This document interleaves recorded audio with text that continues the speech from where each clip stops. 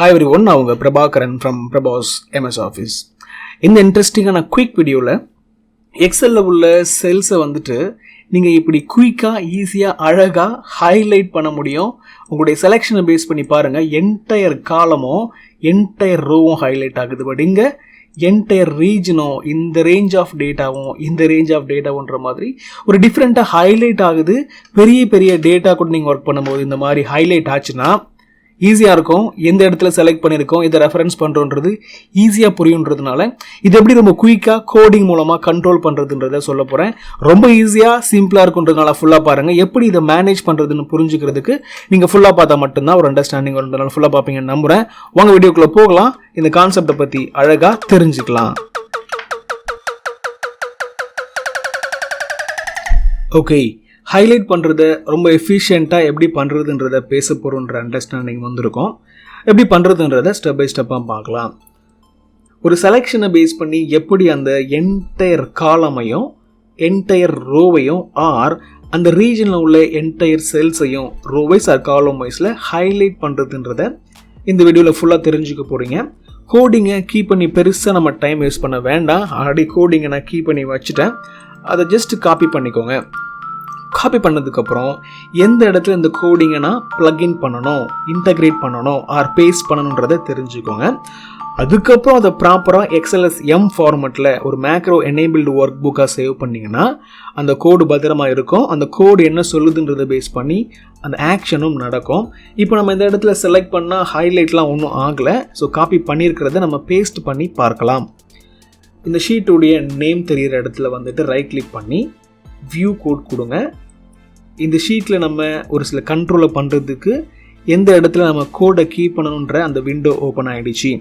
இந்த இடத்துல டைரெக்டாக வந்து பேஸ்ட் பண்ணிவிடுங்க. காப்பி பண்ண அந்த கோடை நம்ம பேஸ்ட் பண்ணியிருக்கோம்.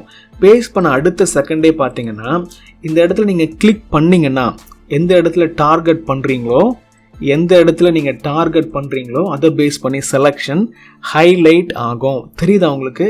அந்த ரேஞ்சில் மட்டும்தான், அந்த ஆப்ஜெக்ட் மட்டும்தான் ஹைலைட் ஆகும். சரிதா? இந்த இடத்துல மட்டும்தான் ஹைலைட் நடக்கும், என்டையர் காலமும் நடக்காது.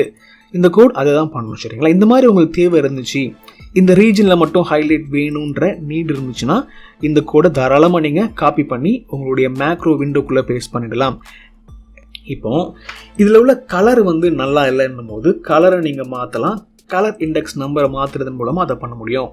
இந்த இடத்துல வந்தீங்கன்னா கலர் இண்டெக்ஸ் நம்பர் வந்து 8ன்னு இருக்குது. ஒரு இது காலம்குள்ளே கோடு, இன்னொன்று ரோக்குள்ள கோடு. அது நம்ம மாற்றும் போது அந்த கலர் மாறும். இதில் நான் என்ன பண்ணுறேன், 8 வந்துட்டு 5ன்னு மாற்றிட்டு கிளிக் பண்ணும்போது ஒரே ஒரு ரோ வந்து நேவி ப்ளூ கலரில் வந்துருக்கு, இன்னொன்று நல்லா இருக்குது. ஸோ நீங்கள் மாற்றலான்றதை புரிஞ்சுக்கணும். இந்த மாதிரி கஸ்டமைஸ் பண்ணும்போது கலர் மாற்றுறதுக்கான பாசிபிலிட்டி கிடைக்கும். ஸோ கலரை மாற்றுறது எப்படின்னு தெரிஞ்சிருச்சு. சரியா?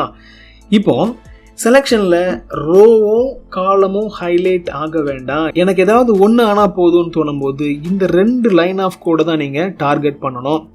இந்த 2 லைன் ஆஃப் கோடில் தான் அந்த முக்கியமான ட்ரிகர் இருக்குது. இதில் இந்த ஃபர்ஸ்ட் லைனை என்ன பண்ணுறேன், செலக்ட் பண்ணி சும்மா அந்த இடத்துல 2 கர்சரை ப்ளேஸ் பண்ணிவிட்டு அப்பாஸ்ட்ரஃபின்ற ஒரு கேரக்டரை நான் இன்சர்ட் பண்ணுறேன். மேக்ரோ கோடு பொறுத்த வரைக்கும் எந்த இடத்துல இந்த அப்பாஸ்ட்ரஃபி இருக்கோ அந்த லைன் ஆஃப் கமெண்ட் வந்து ஆக்டிவாக இருக்காது, எக்ஸிக்யூட் ஆகாது. அது கமெண்ட்னு சொல்லுவோம். மேக்ரோ கோடை கீப் பண்ணதுக்கப்புறம் இது என்ன சொல்லுதுன்றத இந்த கோடை ஃபியூச்சரில் பார்க்குறவங்களுக்கு புரிய வைக்கிறதுக்காக இந்த மாதிரி போட்டுட்டு ஹைலைட் த ரோ அண்ட் காலம்னு நம்ம கீப் பண்ணுறது வழக்கம். அந்த மாதிரி உங்களுடைய ரியல் கோடை கூட நீங்கள் இந்த மாதிரி போட்டு லாக் பண்ணலாம். எக்ஸிக்யூட் ஆகாத மாதிரி மறைச்சு வைக்கலாம், டீஆக்டிவாக இருக்கிற மாதிரி செட் பண்ணலாம். நான் இப்போ என்ன பண்ணியிருக்கேன், இந்த 2 கோடில் ஒரு இதை டீஆக்டிவ் பண்ணிவிட்டு இப்போ கிளிக் பண்ணும்போது ரோ வைஸ் ஹைலைட் நடக்கலை. இங்கேயும் பார்த்தீங்கன்னா அதே மாதிரி தான் இருக்குது. இப்போ கோடை லைட்டாக கஸ்டமைஸ் பண்ணுவோம். இதில் உள்ள அப்பாஸ்ட்ரஃபியை எடுத்து விட்டுட்டு இங்கே நான் அப்பாஸ்ட்ரஃபி போட்டுட்டு இப்போ கிளிக் பண்ணும்போது காலமில் ஹைலைட் ஆகலை, ரோ மட்டும் ஹைலைட் ஆகுது. புரிஞ்சுதுக்குன்னு நினைக்கிறேன். கலரை மாற்றுறது எப்படி, கோடை லைட்டாக கஸ்டமைஸ் பண்ணுறது எப்படி, எங்கே நான் முதல்ல பேஸ்ட் பண்ணணுன்றது கொண்டு நம்ம பார்த்துட்டோம். சரியா? இப்போ இந்த ஷீட்டுக்கு வந்துடுவோம். இந்த ஷீட்லேயும் இதே மாதிரி ஒரு ஆக்ஷனை, ஒரு ஆக்டிவிட்டியை பண்ணி பார்க்க போகிறோம். கோடு இந்த இடத்துல இருக்குது. இந்த கோடு என்ன பண்ண போகுது அப்படின்னா இது என்டையர் காலமையும் இது ஹைலைட் பண்ணும், அதே மாதிரி என்டையர் ரோவையும் ஹைலைட் பண்ணும். இந்த கோடு அந்த வேலையை தான் பண்ண போது. காப்பி பண்ணிடலாம். காப்பி பண்ணிட்டு இந்த ஷீட்டுடைய இந்த நேம் இருக்கிற இடத்துல வந்துடுங்க. டேப்னு சொல்லுவோம் இல்லையா, இதை ரைட் கிளிக் பண்ணுங்க. வியூ கோடு கொடுத்தீங்கன்னா அதுக்கு ரெலவெண்ட்டான கோடை கீ பண்ணுறதுக்கு ஒரு விண்டோ ஓப்பன் ஆகிடுச்சு. இந்த இடத்துல இந்த கோடை நம்ம பேஸ்ட் பண்ணிவிடுவோம். அவ்வளோதான். பேஸ்ட் பண்ண அடுத்த செகண்டே பார்த்தீங்கன்னா டார்கெட்டை பேஸ் பண்ணி அது ஹைலைட் ஆகும். இந்த 2 ஆக்ஷனையும் ட்ரிகர் பண்ணும். இப்போ நான் இதை செலக்ட் பண்ணி காமிக்க போகிறேன் பாருங்கள். கிளிக் பண்ண அடுத்த செகண்ட்லேயே எந்த இடத்துல நம்ம கிளிக் பண்ணியிருக்கோமோ அந்த காலமும் அந்த ரோவும் ஹைலைட் ஆகுது.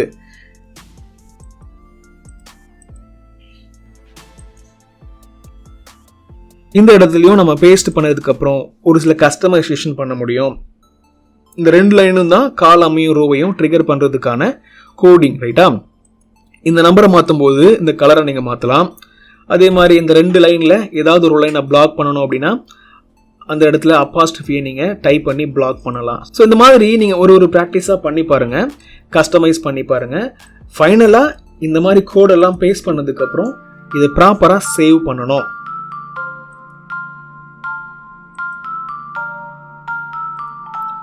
இந்த இடத்துல நீங்கள் பார்க்குற நிறைய ஃபார்மேட்டில் பேசிக்காக இந்த ஃபார்மேட்டில் தான் அங்கே சேவ் பண்ணியிருப்பீங்க. ஆனால் இந்த ஃபார்மேட்டில் சேவ் பண்ணால் தான் கோடிங் பத்திரமா இருக்கும், சரியா? அதை நீங்கள் புரிஞ்சுக்கணும். நீங்கள் இந்த மாதிரி ஃபார்மேட்டில் ஒருவேளை சேவ் பண்ண ஃபைலில் நீங்கள் கோடிங்கை கீப் பண்ணி திருப்பி சேவ் பண்ணும்போதே அது உங்களை கேட்கும், ட்ரிகர் பண்ணும். இந்த இதில் நிறைய கோடிங் இருக்குது, do you want to save this in XLS M ஃபார்மேட்னு கேட்கும். மோஸ்ட் ஆஃப் த டைம் நம்ம அதை இக்னோர் பண்ணிவிட்டு அப்படியே போயிடுவோம்.